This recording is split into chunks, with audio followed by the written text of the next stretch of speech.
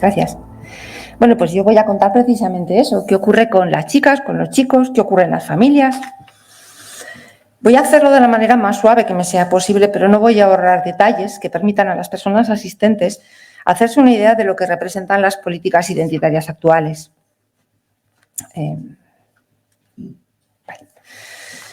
Las familias, a raíz del informe CAS, ¿han notado cambios en los centros educativos? Nada. ¿En los centros sanitarios? Nada. ¿A nivel político? Nada. A nivel de medios de comunicación, el doble. Nada de nada.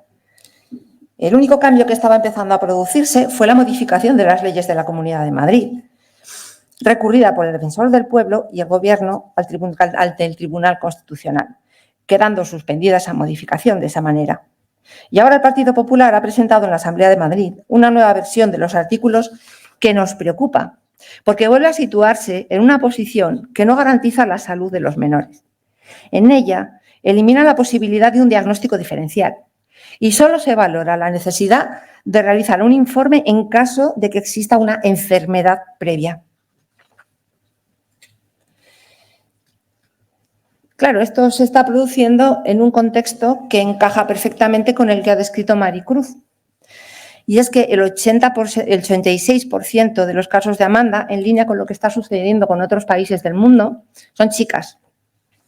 El 52% lo anuncia entre los 14 y los 17 años. Más de la mitad son autistas. Más de la mitad también tienen altas capacidades, con las consiguientes dificultades de socialización. El 71% tiene dificultades para socializar de manera estable y satisfactoria en su grupo de iguales. Esto del más del 50% son autistas. Quizá estén pensando en el autismo que todos vemos como prototípico, pero nuestras hijas tienen un tipo de autismo de alto funcionamiento, es decir, no se nota que sean autistas y sin embargo lo son y no han sido diagnosticados de manera adecuada durante su infancia. El 97% de los casos de Amanda presenta malestar psicológico previo debido a condición de neurodivergencia o ansiedad o depresión derivados de diferentes causas, como haber sufrido bullying, abusos sexuales o violencia machista en el hogar. En casos de ruptura conflictiva entre los padres, la disforia de la hija o el hijo es instrumentalizada por uno de ellos y esto es especialmente preocupante en los casos de ruptura por violencia de género, donde la postura transafirmativa del padre es una forma más de violencia vicaria. Estas situaciones, como ha dicho Maricruz, no se tratan con hormonas. El enfoque afirmativo que ha explicado muy bien Marino no es únicamente el que reciben de las y los profesionales en el ámbito de la salud, como bien ha explicado él. Y aunque suene un poco a repetición de lo que ha comentado, es importante que les cuente lo que pasa en las casas. Efectivamente implica la aceptación incondicional de la autoidentificación del o la menor para que dé todos los pasos necesarios, transición social, transición farmacológica, transición quirúrgica y, lo que es más grave, bloquea la exploración que permitiría abordar los malestares previos. Cuando a través de redes sociales o como consecuencia de charlas en el instituto o de la presión que llega por diversos medios de comunicación deciden dar el paso de anunciar que son trans, comienza una presión por parte de las y los menores para que su entorno acepte de inmediato un nuevo nombre y género gramatical. Está claro que la estética no hace el sexo, pero para las hijas e hijos de Amanda significa mucho adoptar una apariencia típica del sexo contrario: vestimenta, corte de pelo y ausencia de maquillaje en las chicas, pelo largo y maquillaje en los chicos. Pero lo que es más grave, las chicas comprimen sus senos utilizando prendas como los binder o cintas compresoras para el pecho, que se compran muy fácilmente por internet, que pueden causar problemas respiratorios, digestivos, necrosis, rotura de costillas, por ejemplo. Los chicos oprimen su pene y testículos con prendas diseñadas especialmente para hacer tucking, que es como se llama esta técnica, que pueden causar infecciones del tracto urinario, problemas con el flujo de orina y torsión o inflamación de los testículos, por ejemplo. La intervención de afirmación la están recibiendo en todas partes, especialmente en los centros educativos, donde muchas veces a espaldas de la familia aceptan el nuevo nombre y sexo sentido del menor o la menor.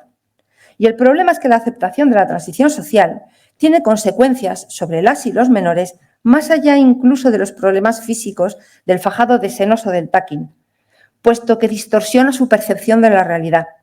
Ellas y ellos van a recibir el apoyo de toda la comunidad educativa, cuerpo docente, equipos de orientación y sus pares. Van a recibir todo el protagonismo y apoyo que se les había negado hasta entonces. Recordemos que más del 50% están dentro del espectro autista, lo que les ha ocasionado problemas de relación durante toda su infancia y preadolescencia. Y esa condición no ha sido detectada por el profesorado. Pero en el momento que dicen que son trans, pasan a ser el centro de atención. Tras los primeros momentos en que parece que a las y los menores les puede bastar con la transición social, llega la presión para aceptar las siguientes etapas, los tratamientos farmacológicos y quirúrgicos, de los que ya se ha comprobado que la transición social es la antesala. Pero es que además esa transición social dificulta el desistimiento, es decir, la marcha atrás. Hemos comprobado que cuando a través del enfoque exploratorio y el abordaje de sus malestares previos descubren que transicionar no era la respuesta a su sufrimiento, les cuesta mucho dar el paso de volver a presentarse como María o como Juan, porque cuando lo intentan hacer, vuelve el ostracismo social, agravado por los ataques de traición por parte de quienes les apoyaron inicialmente. Así que no, rotundamente, la transición social no es inocua. En la Amanda hemos constatado que si se abordan los malestares psicológicos previos, la tasa de desistimiento supera el 30% en solo 6 meses de intervención no afirmativa, que por supuesto no es ninguna terapia de conversión, sino el abordaje de situaciones previas, como el trauma por haber sufrido abuso sexual, el manejo de la ansiedad, superar una situación de depresión o disponer de un diagnóstico de autismo que ayuda a comprender las verdaderas razones de las dificultades para relacionarse de forma estable y satisfactoria que les llevaron a decir que son trans. ¿Y qué ocurre en las familias? Se ven presionadas para aceptar incondicionalmente la nueva identidad de sus hijas e hijos, por el profesorado y los equipos de orientación en los centros educativos, por sus propias amistades e incluso a veces por sus familias, por el personal sanitario.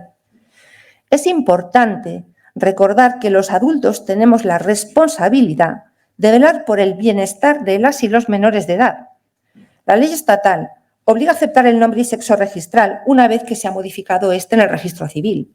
Pero son las comunidades autónomas las que establecen los criterios a seguir en los ámbitos educativo y sanitario.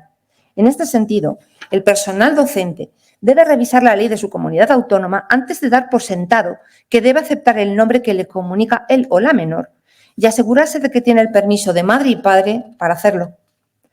Las familias ayudarán a sus hijas e hijos a reclamar responsabilidades a todos y todas las profesionales que se excedieron en sus competencias o que fallaron en el cumplimiento del código deontológico de sus respectivas profesiones. Porque en las familias se vive una constante situación de tensión. Aceptar la transición social implica aceptar un nuevo nombre para tu hija o tu hijo y adaptar el género gramatical en todas las comunicaciones. Esto produce un enorme estrés en la familia. Imagínate que tienes que decirle a tu hija esta frase: María, estás muy callada, ¿estás cansada? Y como ahora te obliga a tratarla en masculino, tienes que decirle: Axel. Muchas deciden llamarse Axel. Axel, estás muy callado, ¿estás cansado?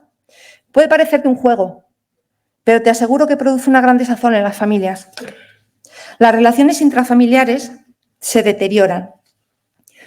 No se imagina lo duro que es saber que tu hija, que ha sufrido bullying en el colegio y que posiblemente sea autista, está enrocada en su posición de chico trans y exige que todo el mundo la trate como si fuera un chico.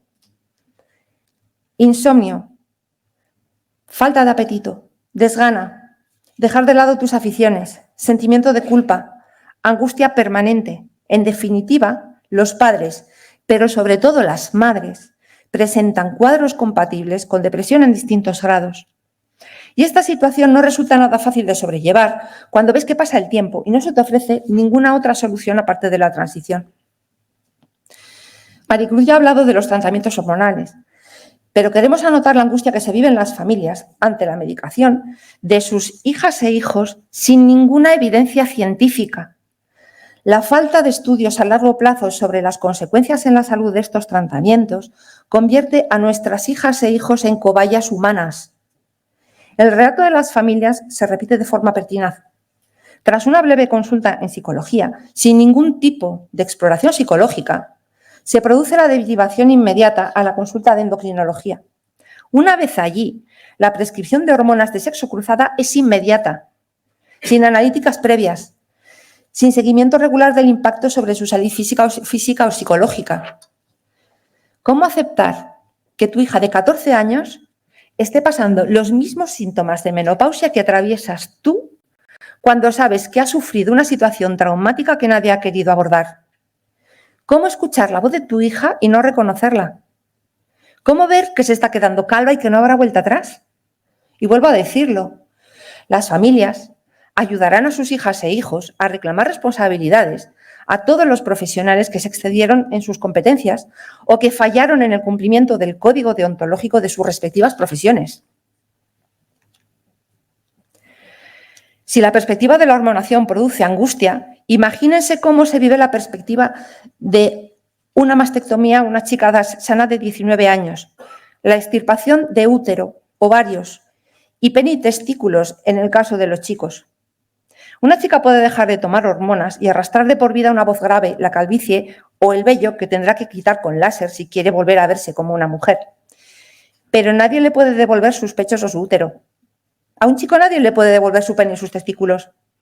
¿Alguien se cree, de verdad, que una persona de 15 años sabe lo que significa renunciar al placer sexual y a la fertilidad? Seguro que se hacen una idea de lo que significa iniciar a los 14 años un camino de transición que te conduce al quirófano a los 20, cuando aún esa chica o ese chico no ha terminado de completar su desarrollo madurativo. No hay demasiados estudios acerca de las tasas de arrepentimiento, no porque no se produzcan, sino porque quienes se arrepienten rara vez acuden a los servicios de salud a pedir ayuda. Es lógico. Cuando se sintieron mal, los servicios de salud les fallaron, empujándoles por un camino que les ha dañado para siempre. Sin embargo, diversos estudios recientes apuntan que el arrepentimiento suele aparecer entre 5 y 7 años después de la cirugía.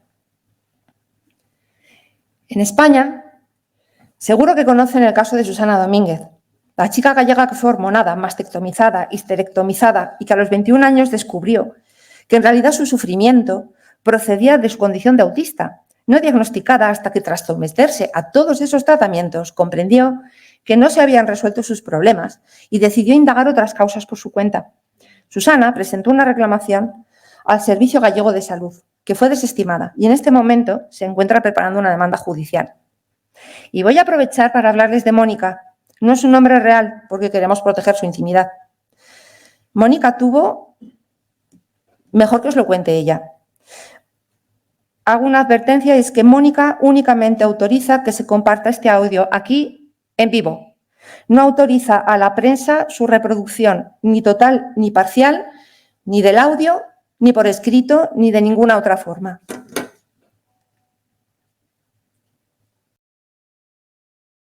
Susana y Mónica ya han iniciado acciones legales y las familias ayudarán a sus hijos e hijas a reclamar responsabilidades a todos los profesionales que se excedieron en sus competencias o que fallaron en el cumplimiento del código deontológico de sus respectivas profesiones. En España se sigue adelante con estos protocolos educativos y sanitarios temerarios y carentes de evidencia científica, a pesar de que desde Amanda hemos transmitido en persona al Gobierno que se estudie el modelo de atención en España. El Gobierno ha recibido esta petición sin ningún tipo de interés ni compromiso. Y mientras tanto,